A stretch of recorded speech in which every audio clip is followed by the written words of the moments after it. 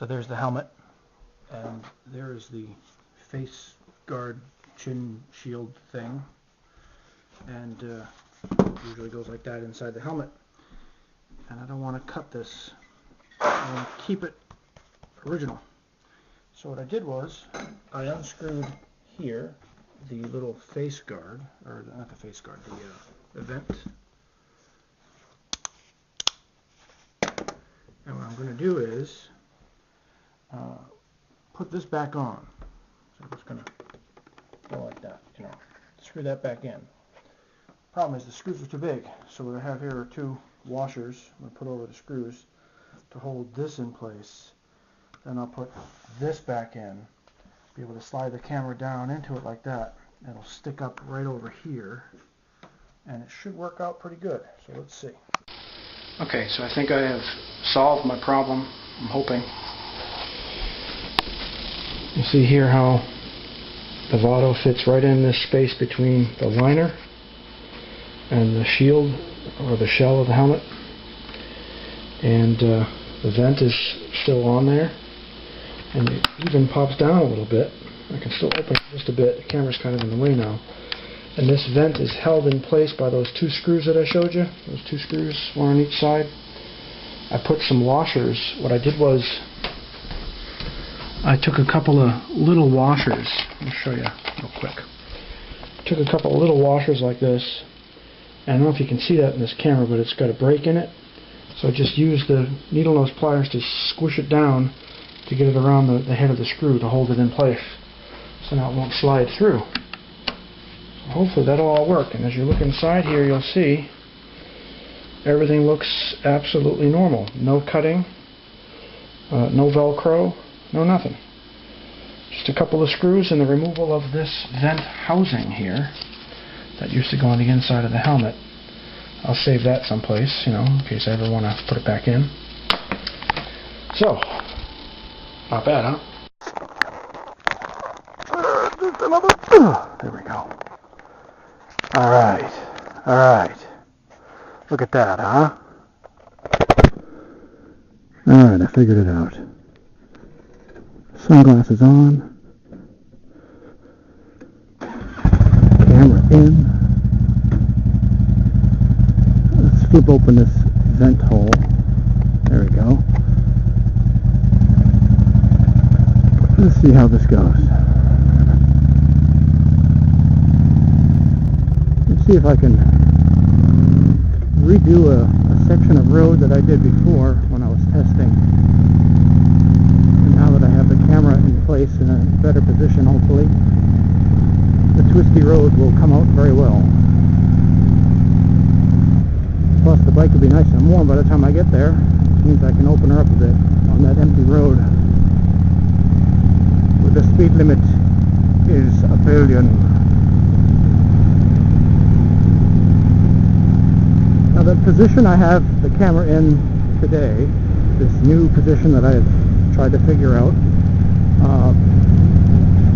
is good also because it's not touching my nose. I mean, it's just barely touching, almost tickling my nose, really. And that's awesome. Before, I felt like my nose was getting squished. Now, I feel very comfortable.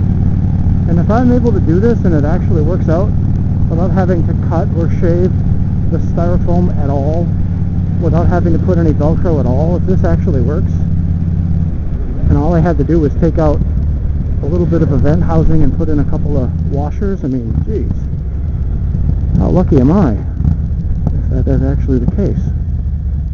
We shall see. The proof is in the pudding, and I'm putting it to the test, that is for sure. As we wait for this light to change.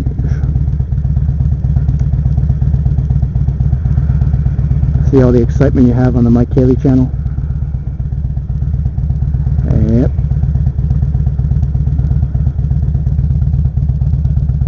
I don't even think this light can see me. Hello? Hello? I have a 800-pound motorcycle. See me! Acknowledge me! I don't think this has those little thingies in the road. No. So you know what? State law says if it doesn't acknowledge... Oh, there's a truck coming behind me, so it'll acknowledge that thing. I'll just wait. I think LJ had a problem somewhat similar to this, although I'm not going to wait nearly as long as she has had to wait. Hopefully. Man, that was just ridiculous, LJ. That light was insanely evil. You don't want to just take a right next time. And then make a U-turn somewhere. In the state of North Carolina, they passed a law that says if the light doesn't acknowledge you, and you're sitting there for like, I think it's 40 seconds, and there's no oncoming traffic, and it's an entirely safe thing, and lambs are lying on the side of the road, and God himself is pointing the way for you to go, then you can bang a left without having to wait for the light to change. Because if you were to wait, you could grow old.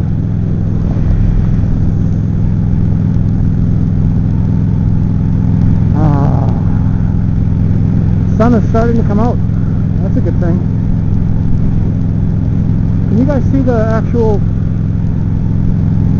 sky and stuff? I mean, the road. I mean, I don't know if maybe it's too high now. Can't really tell. We'll see when I get home. Adams Winery, tasting room. I will be hitting that at some point. That'd be a good thing to take y'all on a tour of. And here I come onto my favorite little twisty road. And now I'm really not going to worry so much about the positioning of the camera as I am just going to concentrate on this twisty. 4th gear, 5th gear, doing about 60. Ow! June bug. Yeah, baby. Oh, I hit the sweet spot there. 60. This is the part that scares me. Always on the left. Always on the left. Oh, baby, I got down to 55. Damn it. I wasn't leaning enough.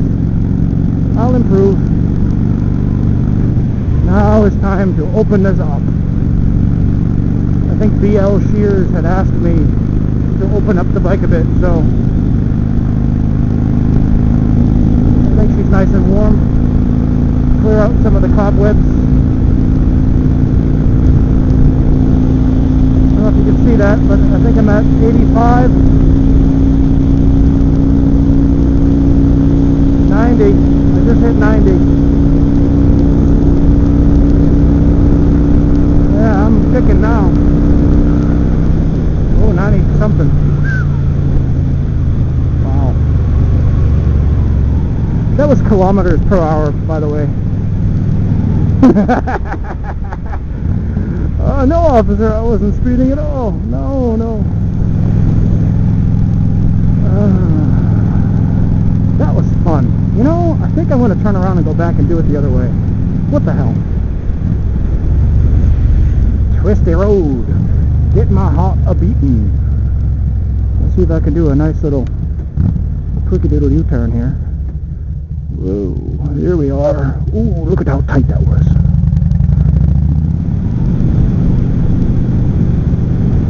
I'm getting nervous already. Look at this. I'm getting nervous. I'm going to calm down here. It's this lack of vision that this camera presents. I like the camera. It's just the lack of positioning here. There we go. Leaning in, and leaning. That was not so awesome. It was not so awesome. And then again, leaning. Just 50 something. Still, big old bagger like this doing 55, 60 on twisties that say 30.